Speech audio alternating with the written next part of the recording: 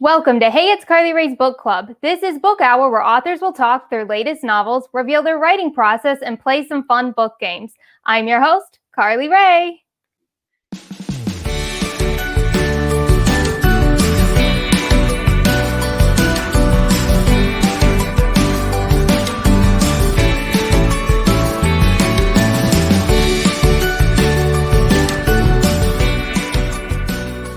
Today we have author Amy Poeppel. We're going to be talking about her latest novel, Musical Chairs, find out more about her large cast of characters, if bringing in music to this book was always her plan, and whether or not she'll continue to bring humor into her novels. Plus, we're going to see if Amy can guess which famous movie quotes are from which famous movies. We'll dive in right after this.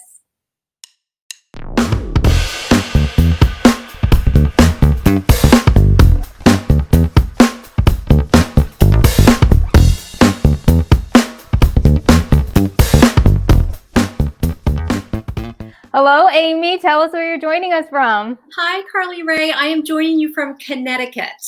And is the weather good there today? Not. It's a really, really gloomy fall day, but I'm so grateful to you for inviting me on your show. And I had to bring my pup Tucker just to say a quick hello. Bye, Tucker. You could tell from the pictures he's kind of my mascot. So. Does he have his own Instagram? He does have his own Instagram with our cat. We have a really, really evil cat, actually. She's mean. She's kind of cute. And they're Tucker and Pigeon. Oh, that's really cute. On Instagram, so you can find him. Yeah, we'll have to include their links in the description so you guys can check them out. Perfect. How are you, Carly Rae? I'm doing good. How are you? Fine, thanks. I am really excited to have you, and I'm really excited to be talking about Musical Chairs that was released in July. Here is a close-up of the cover. It's really memorable, and it grabbed my attention when I first saw it. Tell viewers watching who haven't read Musical Chairs what they can expect without giving away spoilers. Okay, this is Musical Chairs. It's my third novel. Musical Chairs is a great book to read right now if you're missing big family gatherings, because Musical Chairs is all about a large family that comes together in a big house over the course of a summer, and lots of secrets get revealed and lots of funny situations take place. And it's definitely a comedy. So if you're in need of something that makes you laugh right now, and but also makes you think and hopefully feel a few things, I would love it if you would read Musical Chairs and let me know what you think. Yeah. Music is a huge part of this novel. It's even in the title. Was it always your plan to accompany the storyline with music? Well, it's interesting. When I wrote my first book, this is my first book, it was called Small Admissions. And I had been working in an admissions department, and I really wanted to bring that world into the storyline that I had in my head. So that was sort of my admissions book. And then I wrote my second book, which was called Limelight, and it's all about Broadway theater. So when it was time to sit down and write my next book, I knew that I wanted to have a book that was about family, but I also wanted to have a very, very intense male-female friendship, a very important and lovely friendship in this book. So I was trying to think of sort of what world I would want to put these two people in. And I have a son. I have actually 3 children who are very musical. And my youngest does a lot of classical music composition, and he plays piano. And I've been taking him to rehearsals for years and getting to know his music friends and his music world. And I just thought a small chamber group would be such a great setting for this book. So that's how I ended up placing 2 of the characters in a trio, a musical trio, the third member being the sort of missing piece to the puzzle. Okay. Now, in your interview with Look Literary, you said Musical Chairs is really a character-driven novel with a large cast of characters. Was it difficult developing and bringing in so many characters into Musical Chairs? Well, I find everything about writing to be difficult. I find it to be really joyful, but hard. I wanted this cast to be a big one. And once I got to know all the characters, it wasn't difficult at all. It was just a lot of fun to bring them all in. The challenge came in making sure that my readers could get fully invested in each one of these characters, because they all play a role. They're all important in some way or other. So it's sort of an extended family and friends of the family. And It was a lot of fun to sort of see the different relationships among all of these different characters. It was really, I had a good time writing it, but yes, it's always a challenge.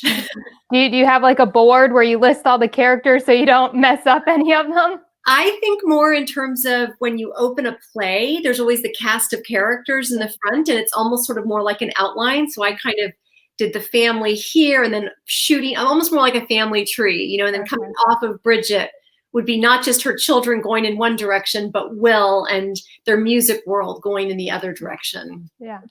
Well, recently you mentioned that many people have inquired if this is an autobiographical novel about you and your family. Tell us, did you write this before your children moved back in with you? I think all of my books contain different features from my life. I work a lot of things. I mean, I didn't publish my first book until I turned 50. So I feel like I've had a lot of experiences and a lot of humorous moments. And I sort of like to try to bring some of those things together. My children had been coming and going for a long time, but it was not until the pandemic that they all three moved back home. So that was long after the book had finished. But I did find that incredibly funny when we were all quarantining, that my book had sort of come true to some extent, because we do have a house in Connecticut and all three of my kids ended up moving back home. So it was definitely a funny little twist of fate in the midst of something that's not funny at all. This virus is definitely taking its toll on everybody. Yeah. What was your absolute favorite part of crafting musical chairs? Well, I think it goes back to what you asked me before, the big cast of characters, because the structure of the book, and there's no reason a reader should notice this as they're reading it, but the way I decided to structure it was sort of like a musical rhythm, like a waltz. So that there will be a chapter that goes to Bridget, and then a chapter that goes to Will, and then this empty seat, this empty chair, and I would fill it with a different character every time. So getting to speak for each of these characters was such a joy. I mean, that was probably my favorite part, was sort of making this decision of who's the next person to tell this next piece of the story, and then really capturing the voice of that character. So that was really a lot of fun. I enjoyed that part. Now, did you find that difficult going back and forth between the characters? Sometimes, but the character, sometimes it was actually a help, because, for example, around, I don't know, I think it's about a third of the way through the book, I've sort of established Bridget, and you've sort of figured out Will, and you've gotten some sense of the family dynamic and some of the humor in it. And then I brought in Jackie, and Jackie is a character who is working as an assistant to Bridget's father. And she comes in and she's the outsider, and she feels like an outsider. And the great part about that was I got to see the family again with fresh eyes. I got to sort of step back and think, now what would Jackie think walking in and seeing these people for the first time? I already kind of know who they are. I've kind of figured that part out. But how would this young girl who's not from this world at all, how would she see them? And what would strike her as odd or funny or weird? So in that way, it was actually kind of helpful sometimes, because I got to sort of take a brand new perspective and view the same situation from new eyes. Yeah. Well, you heard Amy talk all things musical chairs. Stay tuned, because when we return, we're going to find out how Amy got into writing novels with comedy.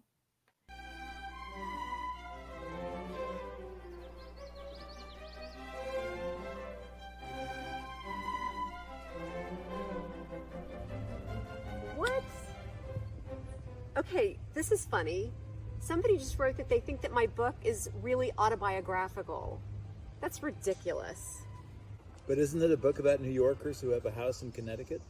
And all the adult kids move back home? What? No, yes, but they're twins. She has a daughter. I don't have a daughter. Yeah, but isn't the house they're in like completely falling apart?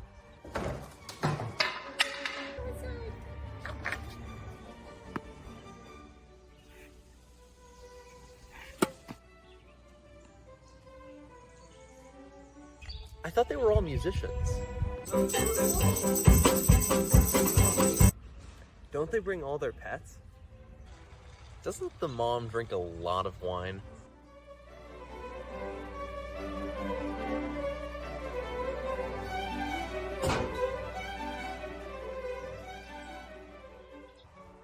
No, this is fiction. I'm a novelist.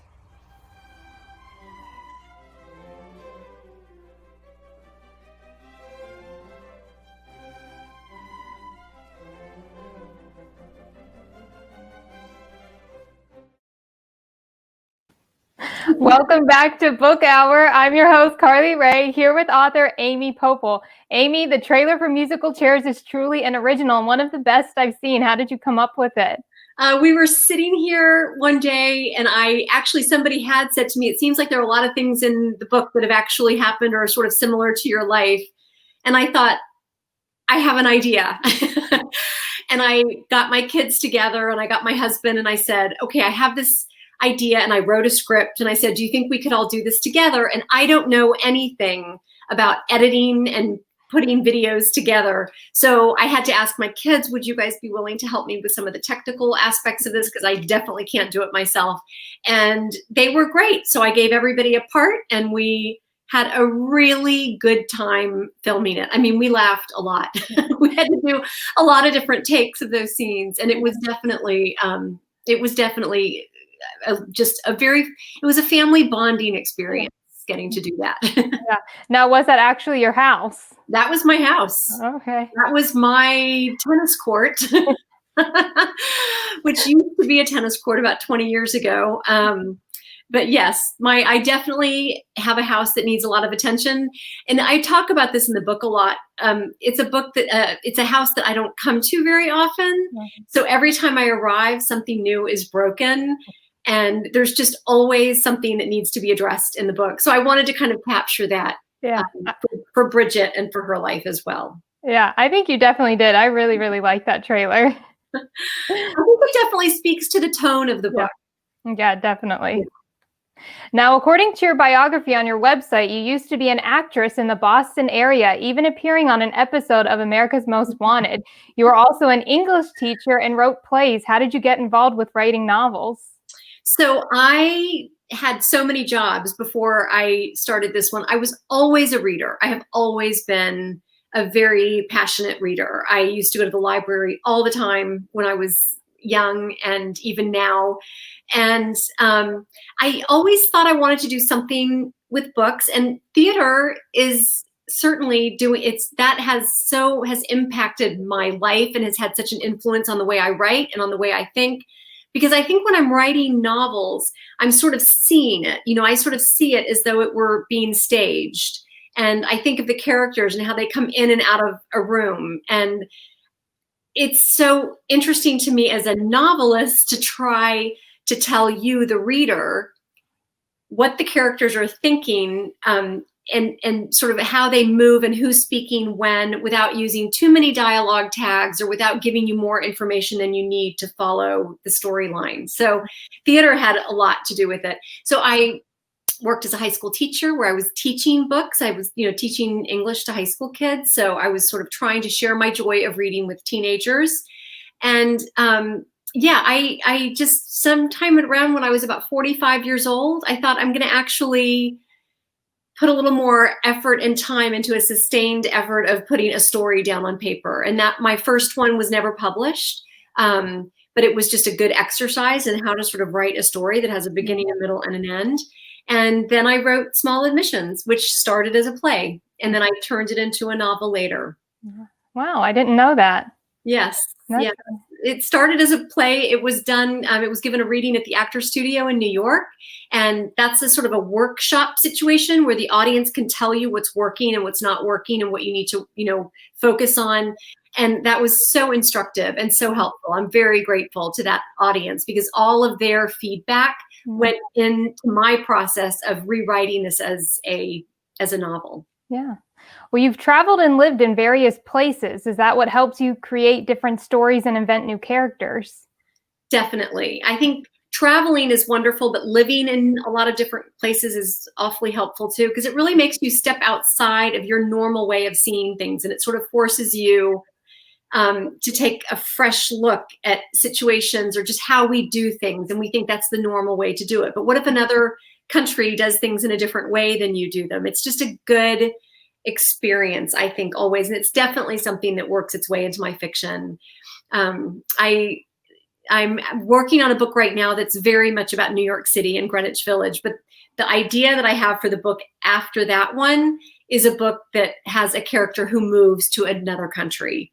And I would like to try my hand at getting that sort of experience into a fuller, fleshed out storyline. Yeah.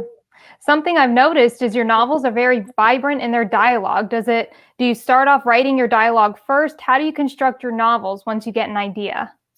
I think that goes to my theater background again. I usually just take two characters and I put them in a room together and I get them talking.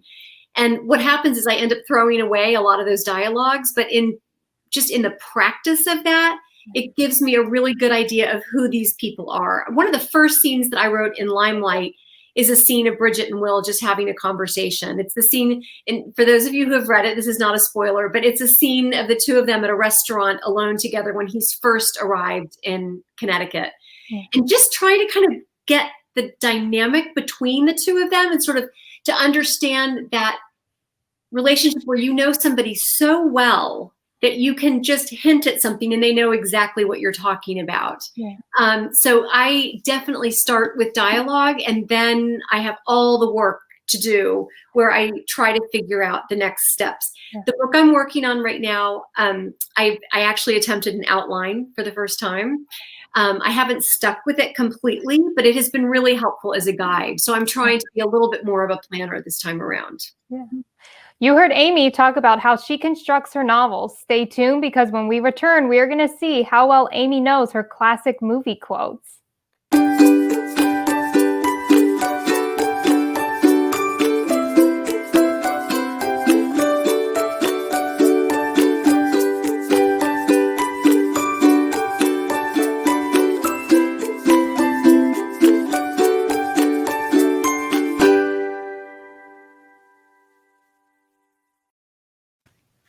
Welcome back. It is game time. Amy, the first game we are going to play is Guess the Movie Quote. I'm going to read you movie quotes from Good Housekeeping, and we're going to see if you can match them to the famous movie they're from.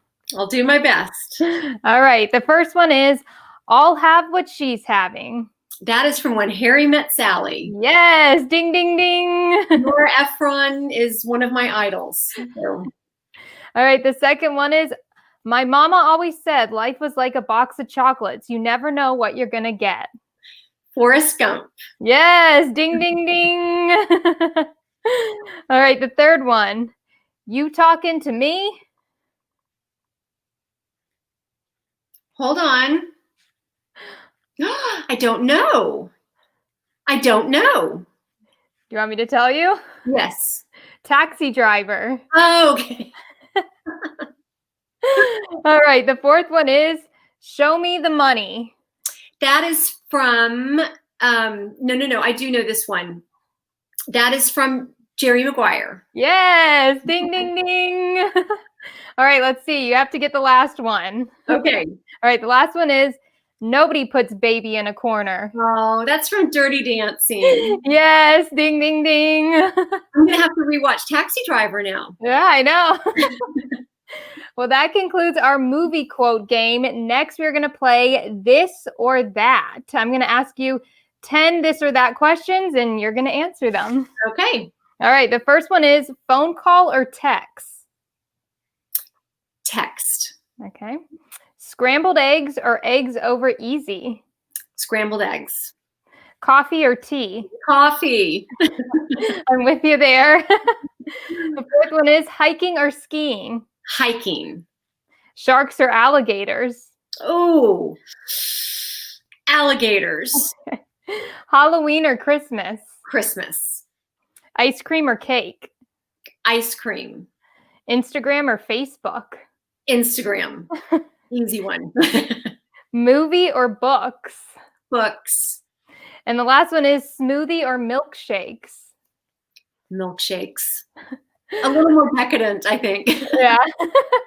Well, that concludes game time. Amy, I want to thank you for being on Book Hour and joining us today. Before you go, tell viewers if you're writing more books. I am. And I first want to just say thank you so much for having me on. So much fun. I'm working on a new book that's, I'm not sure when it's going to be out, probably spring of 2022, I would guess.